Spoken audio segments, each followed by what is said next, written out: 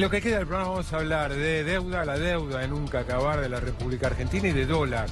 Dos temas, por supuesto, muy vinculados. Estamos con Martín Guzmán.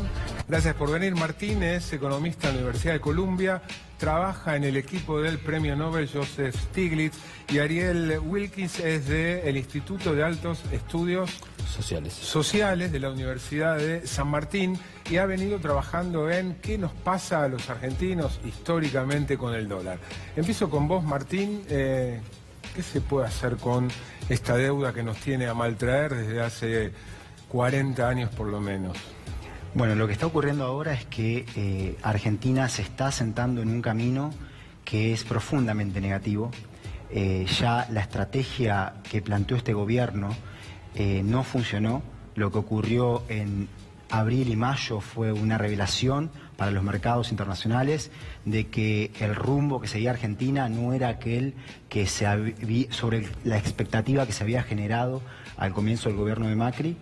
Y la lluvia de dólares, inversiones. Claro, o sea, lo que ocurre, la crisis cambiaria es simplemente la consecuencia de un cambio brutal en las expectativas acerca de Argentina, en un contexto internacional en el que hay revisiones sobre ciertos países, cuando la tasa de interés de referencia en Estados Unidos está subiendo, algo que era perfectamente previsible, fue anunciado, y agarra a Argentina en una situación de alta vulnerabilidad.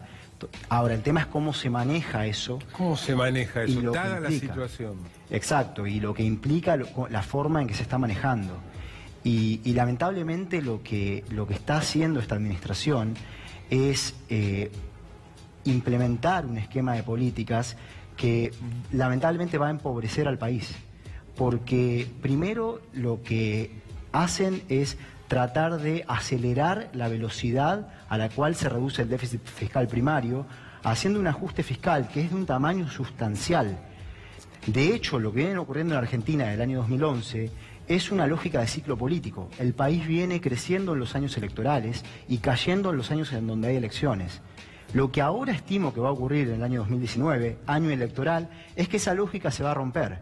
El efecto contractivo que tendrá el hecho de que el Estado esté achicando sus gastos de la forma en que se plantea hacer, va a dominar el pequeño efecto expansivo que se pueda lograr a través de la depreciación real que se acaba de lograr de una manera no deseable, que ahora, es con esta huida de capitales. Martín, tenemos la situación que tenemos, y dada esta situación, ¿qué alternativa hay a recurrir al Fondo Monetario para pedir un salvataje con la deuda y con la reticencia de los prestamistas a seguir financiando? ¿Qué alternativa hay? Bueno, hay un tema que todavía es tabú en la sociedad argentina, no se está hablando, pero si lo único que queda, porque se cierran los mercados, es hacer un ajuste fiscal de este tamaño que permita el repago de intereses, habría que empezar a dialogar sobre la posibilidad de reperfilar los pagos de la deuda. Es decir, que el año que viene se suspenda parte o todo el pago de intereses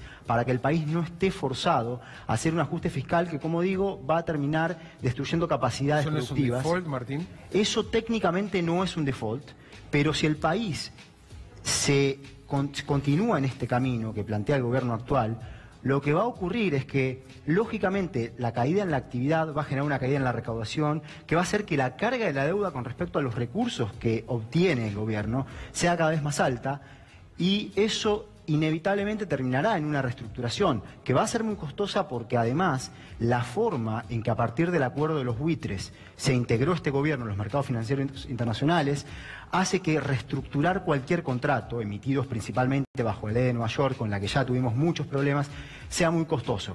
Por eso es imperativo poder evitar un ajuste de ese tamaño, porque una vez que nos metemos en ese camino vamos a entrar en una espiral recesiva que tarde o temprano va a terminar en una crisis de deuda pública. Ariel, vos estudiás este vicio que tenemos los argentinos con el dólar, ¿no? El nivel altísimo de dolarización. ¿Cuánto tiene que ver, crees eso, con la recurrente crisis de deuda que soportamos? Sí, este es un trabajo que vengo haciendo con mi colega Mariana Lucy, y empezamos a preguntarnos cuándo empezó esto que vos llamás el vicio de los argentinos. E inmediatamente, obviamente, pusimos de lado la idea de vicio y fuimos a ver qué pasó a lo largo del tiempo, a colocar en un proceso muy largo que empieza en la década del 30 y se profundiza a partir de la década del 50 y llega hasta nuestros días, el dólar se convierte en una moneda ordinaria, corriente, popular dentro de la sociedad argentina. Eso fue y es la investigación que estamos haciendo. No es de ahora, o sea, no es de ahora. Vos te remontás a 1930. No es de ahora y tampoco es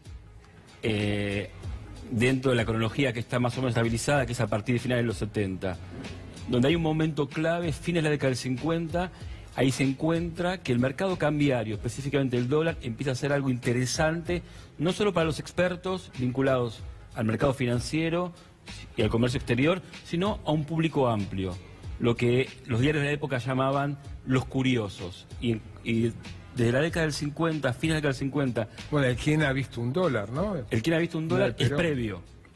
Perón, digamos, de alguna manera tenía razón. Quienes habían visto un dólar era muy poca gente. Eran los exportadores, los importadores y los expertos vinculados al mercado financiero. Pero a partir de finales de la década del 50, un público más amplio, de clases medias, medias altas, empiezan a vincularse con el mercado cambiario.